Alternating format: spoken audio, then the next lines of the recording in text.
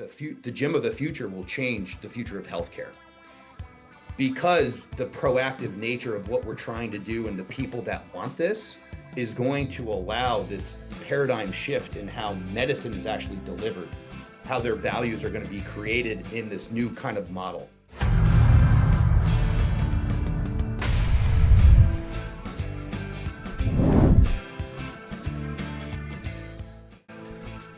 All right. Hey, guys. What's up? Welcome to episode 406 of the Strength Coach Podcast, brought to you by Perform Better, the experts in functional training and rehabilitation. I'm your host, Anthony Arana. The show notes are either on Spotify or YouTube. That's where I'm kind of focusing everything now, especially since we have gone to video. All right. So as you know, we alternate episodes each time. Legendary strength coach Mike Boyle one time, and then a guest strength coach on the next. Today I have on Mike Ranfone from Ranfone Training Systems, or RTS, and RTS Health. And that's what we're going to talk about today. It's located in Hamden, Connecticut. And Mike, who I've known for, I think we kind of figured out about 15 years, sought after high performance consultant and coach for about 20 years. And he understands how performance is rooted in the discipline of consistent, targeted behavior. And they use a comprehensive and integrated approach to help clients improve and feel empowered to achieve their goals. Now, that's what this show is about. We're going to talk all about that comprehensive and integrated approach. Guys, this is the future of fitness and health centers, or, I didn't want to call it a gym because it's not just a gym. You're going to hear all about it, what they're doing, how they're collaborating with a doctor. And it's just, there's no place like it. And I've wanted to get Mike on for a while to talk about this and talk about this model. And I'm glad I waited, because now he's kind of had a couple months under his belt. It took him a while to do this, but this is awesome interview with Mike, and he's so knowledgeable, and you're going to love what they're doing at RTS and RTS Health. Also, we have Sumit Seth back on from the Naamly Maximizing the Member Experience segment. And he did a great video on where he talks about the hierarchy of communication, and top of the chain, in person, face-to-face communication. I'll let you watch the rest of that, but it's a good segue into the Perform Better Summits, which is the ultimate in face-to-face, in-person communication. Guys, they're back. Chicago, June 12th to the 14th, Long Beach, July 17th to 19th, and Providence, August 14th to 16th. Similar to last year, they're going to open up Thursday, but this year they're going to feature 3 different business talks. Friday and Saturday, same as kind of business as usual with the lectures and the practicals. But this year, Chris is bringing back what he did last year with the networking rooms. So there'll be just a room where you can go, and there'll be 2 or 3 speakers in there each hour, and you can just go hang with them, network with them, or ask them questions. Pretty cool feature. Got a lot of great feedback last year, so we wanted to bring it back. As always, the social on Friday night with my man Kevin Hirchin playing guitar. Lots of new speakers, no Sunday, so just a great way to do it. Now, check out Perform Better, because they've been doing a bunch of different things with, you can either bring a friend or bring your team. They're having all kinds of discounts, bring a friend for free type of thing. So go to performbetter.com to check all of that out. And guys, hopefully you watched the episode a couple episodes back with Pete Holman talking about training the hip. And we went over the glute slide, something that I've been using to really work on my hip strength since I play a lot of hockey now. And so today we're going to continue our 6-part series on the glute slide, and 1-minute videos highlighting some of the things you can do with it. So today's going to go over training adductors. So check it out. We've been talking about how important the glutes are for frontal plane movement patterns. However, the adductors, or the growing muscles, are important also. Now, there's 3 ways to train the adductors on the glute slide. If I take all the push pins away, this is just a slide platform. So I can literally train adduction right here by coming back to center line with just gravity. But if I want to make this harder, I depress a pin, I use our adductor block, and I put this on the distal end of the machine. Now I can train resisted adduction, and I can progressively overload this however I want. However, I can also move this further away from the base of the machine. Longer levers, more range of motion, more work performed. It's another way to advance training the inner thighs. Do not sleep on the growing muscles in your programming. Get after it, everybody. All right, guys, I am here with Mike Ranfone. Mike, thanks for doing this, brother. Absolutely, man. It's been too long. I know we were just talking earlier, so it wasn't recording, but last time I saw you was Charlie and Allie's wedding in New Jersey, which was insane. Like 4 years ago now. Yeah, yeah. It was kind of, which was interesting too, is my first like conference I really, or workshop that I really needed. Because I need to see people. I need to be with people, was at your place. Remember you had Charlie there Yeah, in August of 2020. correct. He came in and you did a workshop, which was awesome. And there was no bullshit like let's all sit 6 feet away or anything like that. And then they were supposed to get married during like that. That was April of 2020, got postponed to Right. July. Then it got postponed again to the next April. So yeah, that was 2021. So yeah, just about 4 years ago this month. Oh, Yeah, last month. There you go. Yeah, yeah. crazy. Very cool. So for people that don't know, Mike and I have known each other for a while, and then I did a Strength Coach TV. That was where I would come into gyms and we would talk about the gym and the layout and business, and we had a great conversation. That's still up on YouTube.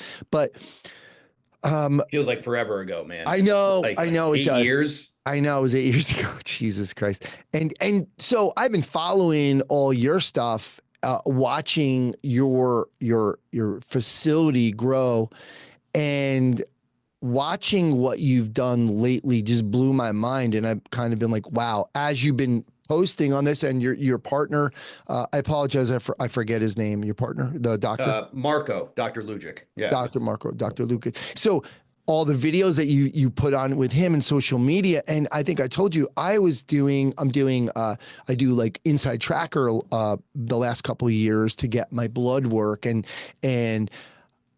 I just started to get really interested in what you guys were doing, and it made me think, like, for everybody listening, like when you listen to this, this is really the future of how, in my opinion, gyms are going to survive. Okay, we talk about AI and technology, and really it's about collaboration. This is what's going to keep people coming to a gym and not doing stuff at home or worrying about, or like all these different separate parts. It's this collaboration that you guys have established. And I just want to read, before I let Mike start to explain what they're doing, I'm going to read off what they had off their website. We're redefining how fitness and healthcare work together with personalized medical performance. With our in-house doctor and NSCA certified coaches, we offer science-backed training, medical care, and nutrition customized for your success. That does not tell even a part of what's happening at Ranfone Training Systems.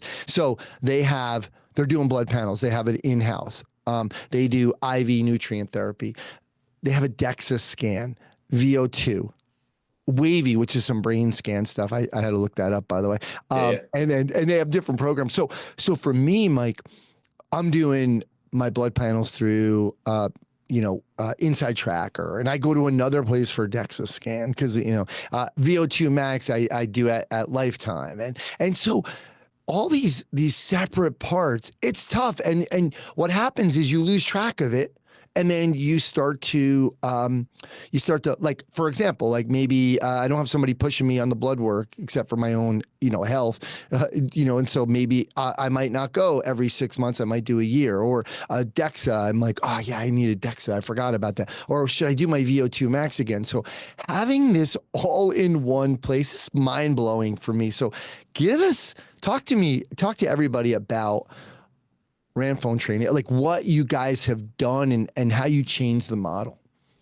Where to begin? So this has been in the works for a long time. So this wasn't just something like, let's do it now. It's been probably 3 to 4 years in the making, because there's a lot of upfront work that needs to be done, both legally. You have to be above board from a medical perspective, as how you're going to actually present it on our website. So we had to have a Yes. legal team vet almost everything we do that's public facing. all the terms, the contract, all the agreements has to be above board. So it took us a lot longer than we anticipated, but rightfully so, because we wanted to do it right. And we also thought that we could serve as a model for what could become standard practices in the combination of proactive healthcare. And that's really what we've been referring to it as, because most people are pretty disenfranchised with what they get from healthcare. Most people refer to it as sick care, and we wanted to kind of change the narrative as well as talk about being aggressively healthy. That's kind of our tagline, which really means to move towards your health, which means you can't be a spectator if you want to accumulate health and longevity and wellness, physical strength and abilities, right? So our whole model is to provide the end user means as well as information to make informed decisions on how they should go about living the life that they want, right? So there's this idea of prime years, right? And you can think about this as your health span versus your lifespan. Your health span really equips you on living the life that you want. And right now in contemporary society, you don't see health span matching up with lifespan all that well. Lifespan is becoming more of an extension where health span drops precipitously, let's just say at age 50. So what we wanted to do was allow people to kind of fill up their health reservoir and stockpile their health like a 401k so that they can pull from it in later years. Because there is a certain amount of time that you can achieve certain things, as well as maybe have the time or the inclination to want to do these things and not be concerned about the side effects of not doing them, right? And most of the medical afflictions that we see today are one of lifestyle, one of overabundance, rather than pure pathological issues. So the way that we can kind of help people think through this and then act accordingly is by providing multiple vantage points on their health profile and then allowing them to pull the levers that make the most sense at this time. Yeah, I really like what you said about you can't be a spectator. And I think that is one of the biggest problems right now is a lot of people are spectators. Like they just kind of say, okay, well, I go to my doctor once a year. Not enough. From the perspective of the things that they're doing there. So for example, I go in January to my doctor or whatever. And then actually, because I had Inside Tracker, I brought all my stuff, and he's like, "Well, I didn't get blood from them." They were like, "Well, we don't need to do blood. You got these numbers, cool, great, and here's what I want you to do." Blah blah. He based it off of that, but now there wasn't any like, "Aunt, listen, your cholesterol's a little high," which it was. Let's get you back in here in April and do the blood test again based on these lifestyle recommendations, whatever. So now it's up to me.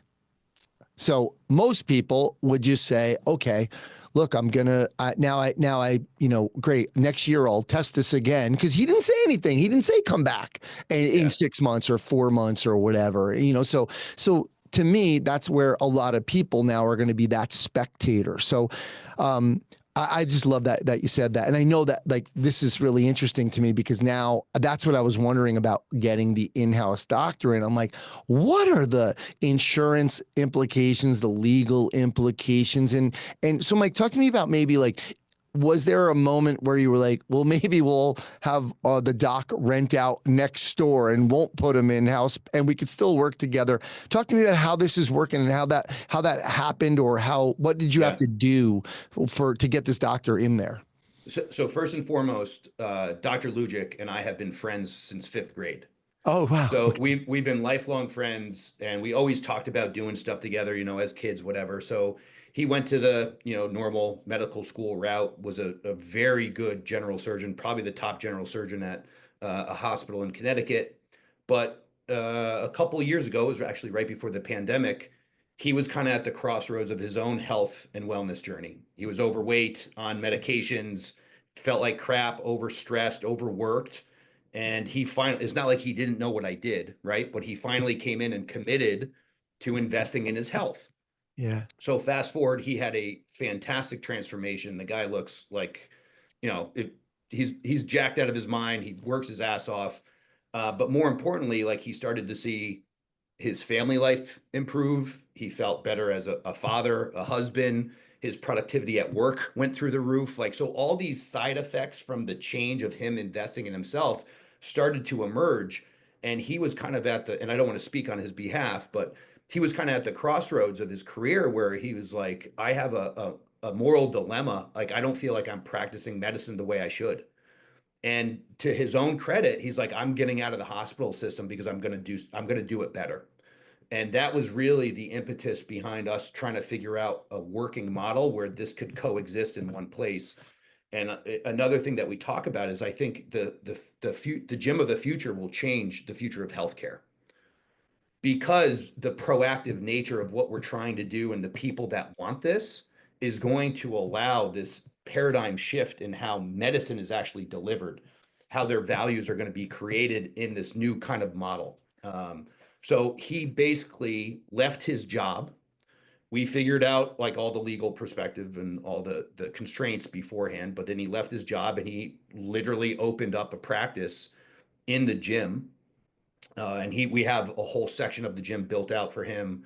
You know, his office is where the DEXA is, the RMR, the VO2, the WABI, all that stuff. And now we coexist in one realm, but we do different things. And this is kind of where I've learned a lot from Charlie, Weingroff about this, about like how professionals should operate together. Like no one's on the hierarchy, no one's on a totem pole. It's just we Yeah. all do things differently, but the vantage point is at the same thing. We have different vantage points, but we're all looking at the same thing. But we're going to leverage our own skills, abilities, and capabilities for the end user's benefit. And you do get this synergistic effect. So like Yeah. when a client goes in to see his blood work, knowing that he's going to get his blood work in 3 months from now, not a year from now, so that we can actually be accountable to the things that we said we were going to change for him and how that aligns with our nutrition strategies, with the training, with the cardiovascular, with the body composition changes. All these things have to sing together to produce these like ridiculous outcomes. Yeah, absolutely. I can't imagine because, obviously you're getting all this information now as from the training perspective, like from our listeners' perspective. Now you're getting all this, personal information, knowing specifically what the blood work is, what their VO2 max is from that perspective. Right. All of these different things and being able to say, okay, cool, we can, going to go over to doc and he can help you fix this too. We're going to keep working on this, or we have to dial down this. And, you could kind of keep dialing everything in. And it reminded me, I told you earlier too, of when I first went to Athletes Performance in 2004. And I was blown away by, this facility that had, in the middle of the facility had, Sue Falsone was in there doing her physical therapy with a couple other people. And Amanda Carlson had her office right there. She's the nutritionist at the time. And then they had a little lounge slash cafe. And Yeah. the athletes had their breakfast, their pre and post workout, their lunch, their dinner. They stayed at the hotel right down the street. So these were pro athletes that were coming in. They had the contrast training. Everything was integrated there. And I was so blown away by what they were doing. And that's why when I saw this, I was like, oh my God, this is amazing. So now, when somebody comes in, somebody might be intimidated. Like if I'm a potential client, I'm like, this is a lot. Yeah, it is. What's the challenge for you, for new people, and probably some of your people that have been with you for a while now? You're like, wait a minute, Mike. Now what are we doing? What's this guy doing? So talking about the challenges you had with current members and potential members coming in and being like, this is overwhelming. I get my thing from my doctor and I don't want to do Yeah. this or whatever. Talk to me about that. I'll start with the approach, the objective business approach, right? So I felt, looking at like how people are just not kind of getting to the point of or achieving the health status they want. It's usually because of behavioral stuff, like day to day, their habits, their relationships with food, with training, with stress management, all that stuff. So before we actually launched this publicly, I wanted to do it in-house. And for the sole reason was I think they're a better avatar for what this model represents because they've already invested themselves with the hard stuff. Like it's hard getting up at 5 a.m. It's Yeah. hard counting your macros. But it's worth it. So if we could then propose to them that, hey, all the stuff that you're doing, you can get a better ROI if you do this other thing. Now you're going to not only maximize your return, but you're going to increase the length of that return. So for the first 3 to 4 months, everything we did was internal, all internal messaging, communication, talking about what we're doing, what our plans are, what our values are. So people could buy into the message before we actually had to sell them anything. And then a lot of it was just self-selection. People wanted to know more. People thought because there is somewhat a limitation on like if you just think of age management or hormone replacement or peptide therapy, people just maybe know fringe aspects of it or what they heard on a Joe Rogan podcast or a celebrity or whatever else. So we were able to equip them with information and then allow them to self-select to the next steps, right? And we had a very good response internally in the beginning, and we've continued to help people, with the information, with not gatekeeping, with being very communicative. Now, when it comes to public facing and when we're trying to go, external and getting into like cold audiences, Yeah. if you looked at our social media, we do a podcast, we put a lot of stuff out on social media, and all of it is information. We don't sell a damn thing on our social media. Like we never Yeah. asked. No, there's no call to action. There's nothing. It's like, here's what we believe in. And if you want to hit your wagon, if you want to know more, come in for a free consult. Now that free consult might start with the doctor or the free consult might start with me. But then we start to game plan like what makes the most sense for your next steps and allow that person to go as they feel is the most reasonable next step for them rather than me just telling them, you got to do X. So it's allowing them to figure out what the next best move is, but making that informed decision based on the information that we have. So yeah, so people could still come in and just do like the old RTS Ranfone Training Systems. Everybody, sorry, RTS Yeah, yeah. system. So they could just come in and be really RTS only. Like obviously, you probably have a bunch of. You always trained a lot of young athletes, so Yep. I'm sure a lot of them are still on that one piece of it, right? The Yep. RTS piece. So there is that ladder. There's no like obligation to do everything. It's just really, hey, come in. We're going to train you first, and then try to get you to understand how important this other stuff is. Yeah, I mean, so think about it as like, so you have this journey in front of you, and now there's two portals where you can enter. Let's just call it there's the RTS and then there's RTS Health. And at some point, I hope those paths converge to you being a dual client for us because we are legally two separate businesses with two Yeah. different service lines. Okay. And which does give us the ability to serve together if that is the best thing for that individual. Talk to me about your personal role. Because a lot of people will say, first of all, Mike, how old are you? 45. Okay, cool. Just wanted to make sure because, a lot of times we talk about people, the demographic, I'm sure the demographics of both consumers or the avatar of both RTS Health and RTS are a little bit different, probably a little older in the RTS Health, I'm assuming.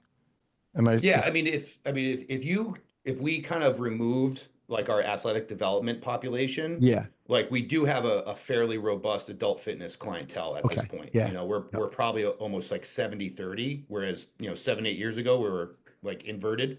Yeah. So we have built up our adult fitness population pretty well, but as I get older, like I'm the avatar of the client. I'm the 40 plus busy mom and dad entrepreneur or career driven individual who wants it all. Like, well, now we have a place that allows them like a one-stop shop for all these pieces to the puzzle. Yeah, absolutely. How has this been from a staff perspective? So you're going, you're doing this stuff and you have this vision, and this is not the average trainer. They're going to have to know a little bit more Yeah. than the average trainer. So talk to me about the challenges there and what some of the things you guys have done to kind of make that an easier transition. Well, I'm pretty transparent with my staff. Anytime where I think we're going to have a sizable change to the business model or something that really warrants consideration, I do want their feedback. That doesn't mean I'm going to listen in terms of like nullifying the decision, Yeah. but I think it's important for your staff to understand the why and where you're going to go with it. And most of them were very interested in the prospect of doing this. Now, don't forget, it took us 3 years to realize this freaking thing. So it was like, this Yeah. isn't going to happen. Like, you can only hear me say that this is going to happen so many times before. Is it or isn't it going to happen? Yeah. So when it was becoming a reality, and we knew that we were going to be able to execute at some level, we talked about like what that meant for their role. And this was also part and parcel the reason why I think it's really important for the fitness industry to align themselves in this way because it does ascend the professionalism of the industry. And that's something that, and you've known me for almost what, 13, 14 years now. We've always tried to do better than the average, right? Sure. We always try to make ourselves differentiated in what we could offer based on our skills and knowledge and our abilities. And I just said, hey, this isn't to like push you guys out. This is to amplify the effects. This is so that we can really raise the bar for the coach professional. And they realized that it was a tremendous opportunity to be able to, learn from medical providers, share common interests, common beliefs, but also be very complementary with what they could do and not be threatened or feel a sense of territorialism that, an MD or a PA or a nurse practitioner is coming into our facility is only so that we can enhance what we can do together. You mentioned a key term before, collaboration. Like you would only collaborate if what you could do together is better than what you could do individually. And we all firmly believe that that's what we're doing. Yeah. And to stay on the collaboration piece, it can be frustrating. I know, Allie Gilbert is doing a great job. I was down at her Silverback Summit last year, and it was only the third year. And what they're trying to do is create this network similar to like what TPI did. So Allie and I know each other really from TPI, and Greg Rose's idea was I'm going to put golf pros, fitness professionals, and medical professionals in the same room because I want them to collaborate.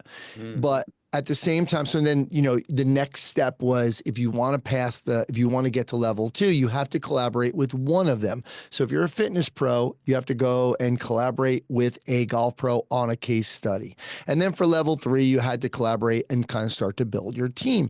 But it was still super frustrating and hard because the golf pros are easy to find, but the medical professionals that might have been in line with this stuff. And I remember actually you and I had a conversation probably around 2013 where you were asking me about, hey, have you had any of your clients get some of the blood work done anywhere? Yeah.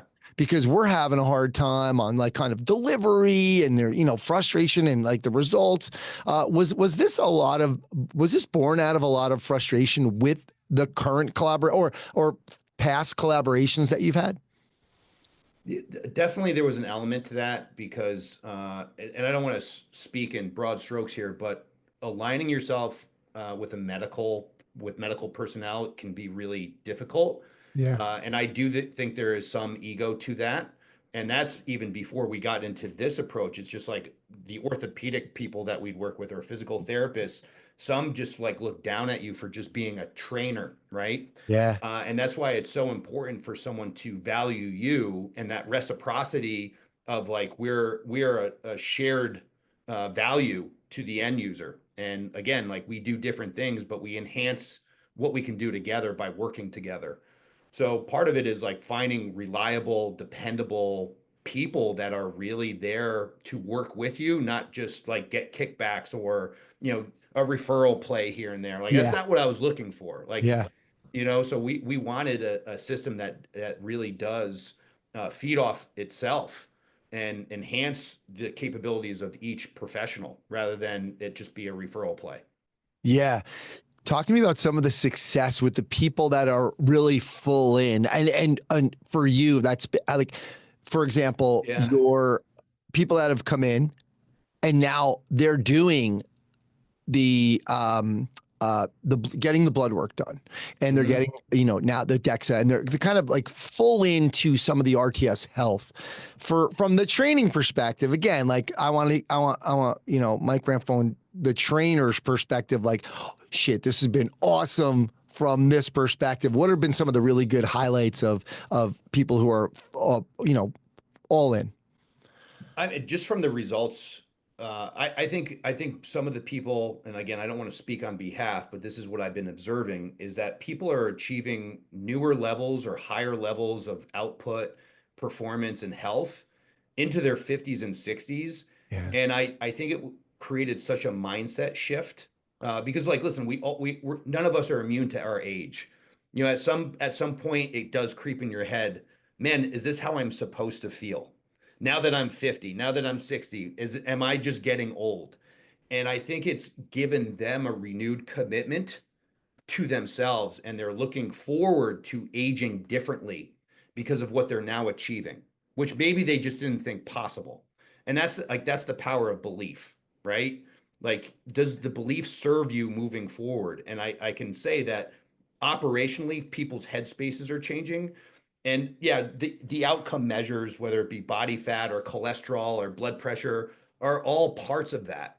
So it's hard for me to just to parse one thing out. Yeah. But if you're a 57-year-old male who's, coming out of, who's obese, type 2 diabetic, and it's the first time in his adult life that he has none of those ailments that he hadn't been able to solve for his adult life, is now like 60 pounds down, bench pressing 300, like all these important things to him that is going to push him to the next level. Like, he's not even done yet.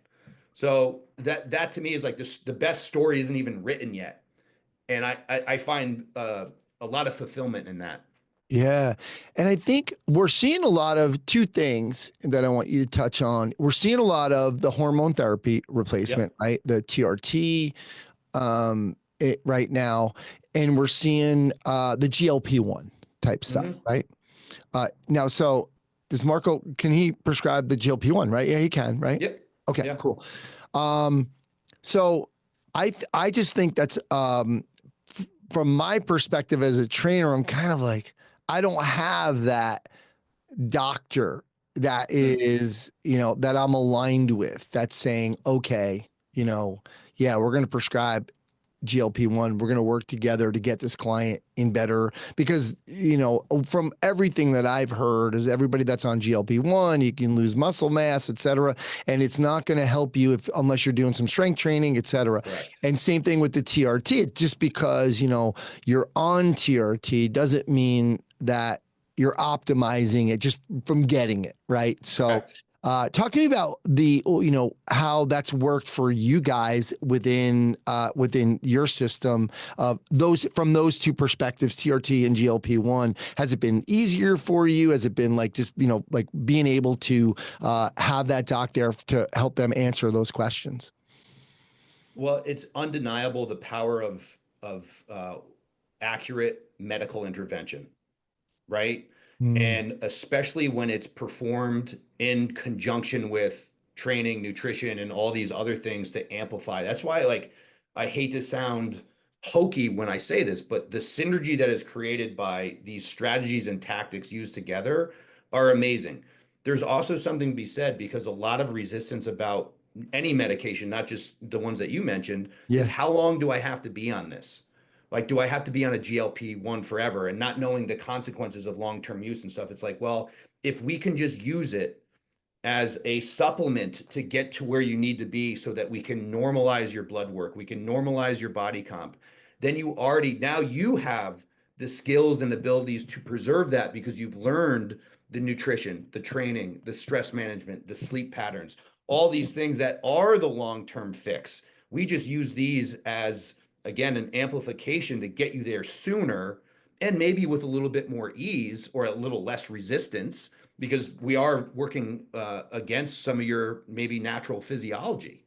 So it should be like, I hate to say this, but there is a stigma around any medication use. Like, there's something wrong with you if you need a GLP-1. There's something wrong with you if you need ADHD medication. There's something wrong, or you're cheating with testosterone. It's like, Yes. what rules are we talking about? but if they're used correctly and you're kept in like physiological norms to help you get the benefit without, or at least mitigating the risk profile of any of these drugs, and they all have risk profiles, Sure. but how do we safely use them to get to where you need to be so you might not need them or need them less? Right? Yeah. Because we know the alternative of being morbidly obese with type 2 diabetes isn't a good outcome. So the argument makes no sense that like why do these things exist is to help people so that they don't need them or don't need them as much.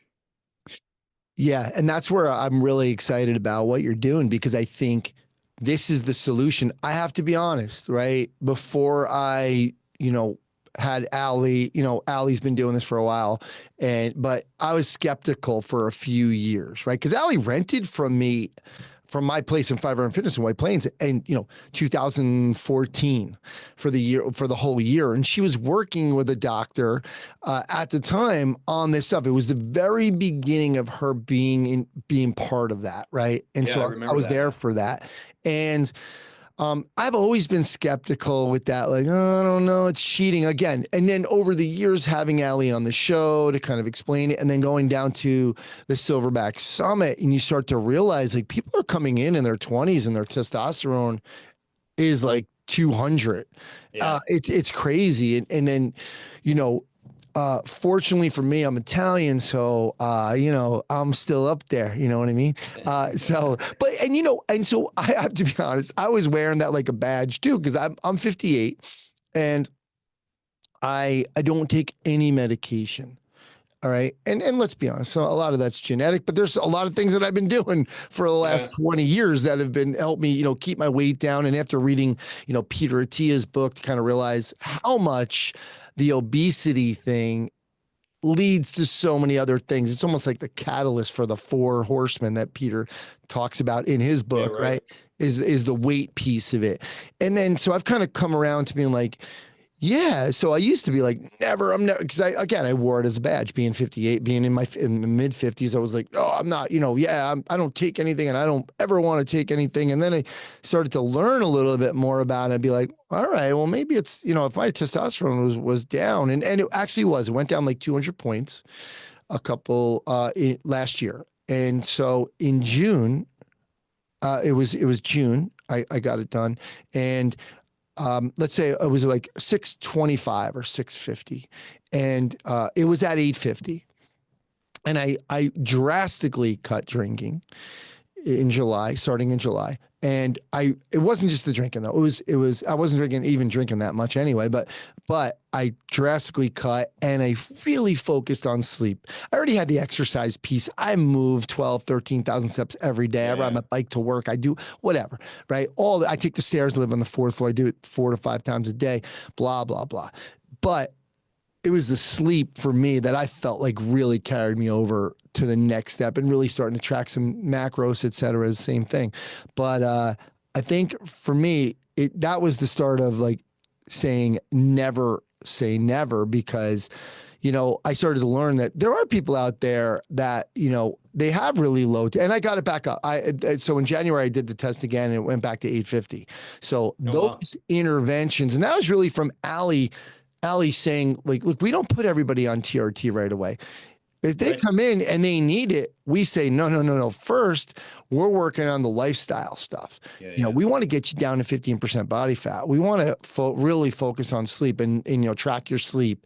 We want you to track your food so we can start to look at your macros. So it wasn't like this, I think there was this thing that people thought, oh, we're going to Ranfone's and they're just going to put you on TRT and GLP-1. It Yeah, doesn't right. work like that.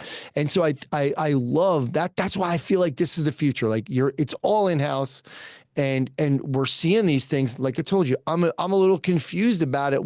I don't know what to do with my people. I can't call 42 doctors and say this one's working with this one, and some of them look down on you. Like, well, what's the Yeah. train? I'm not taking a call from a trainer. So I love that. I love that piece of it. That you guys are just using it as a tool, but to say we want to get you to this place and get you off of it. Yeah. And I think that's the best part of having a collaborative approach. It's like when I have to be hands off, I'm hands off. And that's when the doctor does his thing, or Yeah. that's when the nutritionist does their thing. And then hopefully that we do create these synergies between all disciplines and providers that they are then equipped to handle or do the things that they want in their life without having a crutch. And I think a lot of people, especially in the medical field, they just hand out, here's a prescription, do this, Yeah. and it's never really about the root cause of the illness itself. And like we just discussed, a lot of that is behavioral and lifestyle. But most doctors are ill-equipped to talk about those things at the individual level. And I'm not trying to throw shade at the medical industry. Like Mhm. what they're set up to do is really good at fighting disease and catastrophic care and injuries and accidents and stuff like that. They're not so great at generating health. And that's why I perceive us, trainers, coaches, nutritionists, physical therapists, as frontline healthcare workers. We are the Yeah. ones who's actively generating health for the end user. So maybe some people will now, this will turn into a political thing, but I was reading Casey Means' book or listening to it. Mm. Um, and Good Energy. Have you read that one or and not? No, I mean, Oh, okay. I'm aware of it, but Yeah, yeah.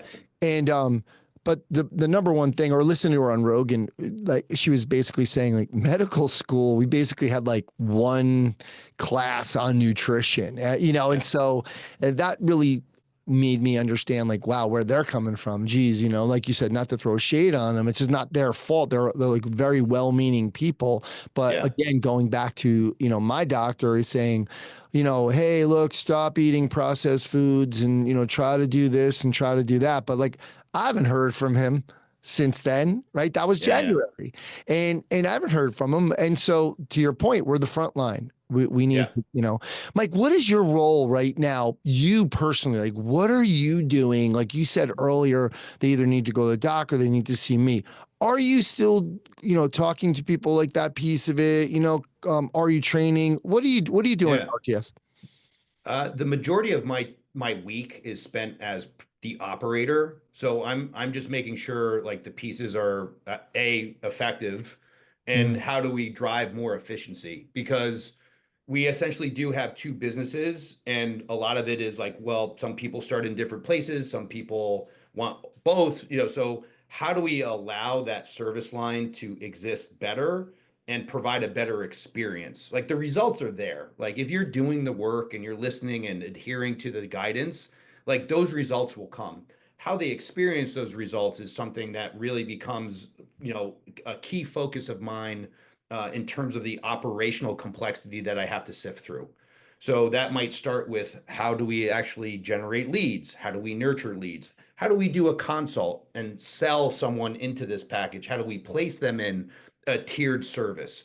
And then how does the whole room work together as effectively and efficiently as possible? So I'm much more of like a back end piece at this point. Like Yeah. I have a small client roster. I still love to coach, obviously, but Yeah. most of my time is focused on staff development, helping staff figure out their problems so that I think the biggest thing that I do is help coaches coach better. So all the operational drag, I'm constantly trying to remove and then provide them easier paths to dealing with clients and providing that experience and those results. Very cool.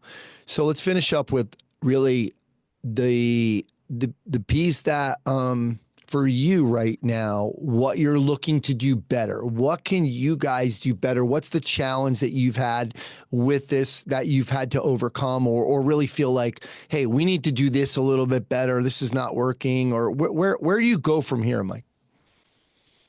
So I know this sounds cliche, but it really does come down to communication. Because you have three essential parties. You have, let's say, the RTS coaches, Yep. nutritionists, you have the RTS health medical practitioners, and then you have the customer. And then I'm trying to make sure that all communication is properly done so that we stay out of that limbo period where it's like we did something wrong or something wasn't done well enough, and how do we course correct faster? And Yeah. because I would call this a startup. Like the last year, we were in a startup phase. Yeah. So the way that we're able to iterate depends on clarity. Clarity is the highest leverage goal that we have right now, and that stems from good communication. So me getting feedback from the coaches, me getting feedback from the medical practitioners, me getting feedback from the clients, making sure that no one missed a blood test, no one missed out on a session, no one, so all these things. And we didn't really have some of these systems in place. So now once we identify certain aspects of the client experience or the employee experience, how do we create an SOP so we don't have to deal with it again? Yeah. So it's a lot of like, oh shit, didn't we already figure this out? Nope, because it's a new thing. So making sure that, and we're growing. So, we're hiring medical practitioners, we're hiring coaches. So onboarding now is a way different process. Like you forget, like in the beginning, like just like when you got your first client, it was like someone referred Johnny to you, and it's like Johnny was going to sign up no matter what. Well, now we have ads running now, so ads running for employees. Now we have to look at CVs. Now we have to go through a hiring cycle. Now we have to here's your contract, all these things that really didn't exist a couple of years ago. And that, I think that also legitimizes the business that we're in too. Like we have to take a significant upgrade in professionalism to get the right people on the bus, and both as clients, both as employees, both as people, whoever's in the ecosystem. Yeah. We just have to do a better job of making sure people are in the right position for success. Yeah, I love it. This has been awesome. I love what you guys are doing. I think, the next step is going to have to be training some other outside industry, like get your education going back so people can start to learn from what you guys are doing. I highly recommend everybody, follow these guys on social media, on Instagram. They're doing a lot of education. This is the way. This is the way of the future. This is what's going to keep us relevant. Yeah. Keep us. We had Corey Smallwood on here talking about AI in December, and because people are worried, AI is going to take over, and we've seen program design and all that stuff. But this is where it's going to happen. This is where you're going to stay relevant. Where we're gonna make the biggest impact. So, Mike, congratulations on all this. Love all the hard work you guys are putting in and the education you're putting out. Thanks for doing this. I really appreciate it. Well, I appreciate you, man. Thanks for thinking of us and giving us a platform to talk about a little bit of what we're doing. And, we're certainly excited, and hopefully, the prospect of what we're trying to do becomes a reality very soon. Yeah. Awesome. Welcome back to Naamly's Maximizing the Member Experience segment, where we share with you strategies and tactics to help you grow your business, build those amazing relationships, and create that everlasting impact. Talk about growing. As I was working on my ladder today, inspired by this ladder, I thought about this hierarchy of communication. Because at the end of the day, that's exactly what your business is all about, to grow your business. On the gold standard, we have face-to-face communication. That's the channel that you want to shoot for, because in that channel, you build that personal connection like no one's business. And that's one of the reasons why I travel and meet people and go to conferences. It's the best kind. Now, I understand it can be expensive. So if you can't do that, do the next best thing, which is video messages, video calling. It brings down the geo barriers, and especially for someone like me, a first-generation immigrant, it helps to bring down the other barriers that comes with English not being your first language. 3, if you can't do that, then a direct voice call makes a difference as well, because the other person can speak and listen to your tone and get that vibe and that energy that you want them to understand with. Level 4 is all about simple video messages, not two-way, where you can record yourself, send it a message, and the other person feels that energy and realizes you took the effort to connect with them. Level 5 over there is very similarly a voice memo. If you send a voice memo, again, that tone comes out, that energy comes out. 6th, which is now the de facto standard, is texting. At some point in time, texting used to be the gold standard, but not anymore. Texting is now very passive. It's one way. But again, to make that texting better, you want two-way communication, not just broadcast after broadcast after broadcast messages. Now you also have social media DMs. They work, they have a place, but not so much when you want to build that real authentic connection. Email, the jury's out a little bit on that one. It is both good and bad in the sense that the answer really is it depends. Side note, the answer to most questions is it depends. So email is formal, is needed, is a necessary evil, and especially depending on the clientele that you work with, it has a place, right? Now, if you can't do any of these things, then what you don't want is the word of mouth, the negative kind. There is a negative word of mouth where you don't control the narrative and you let somebody else share the story, which is the most detrimental. Hopefully, through this ladder, through this hierarchy of communication, you understand that's exactly how we built Naamly. We talked about all these channels: text, email, phone, voice memos, and we also brought in team alerts. We also brought in notes so that your staff can come together. Because let's face it, the real secret sauce is communication for your business. It's conversations that are needed to build that connection with your clients, with your prospects, with your team. Without communication, you don't have a business. And that's the essence. Hopefully you found this interesting and worthwhile. If you did, please share it with another gym owner and tune back in for another session with me, your co-host, Sumit Seth, the co-founder of Naamly, signing off. Thank you.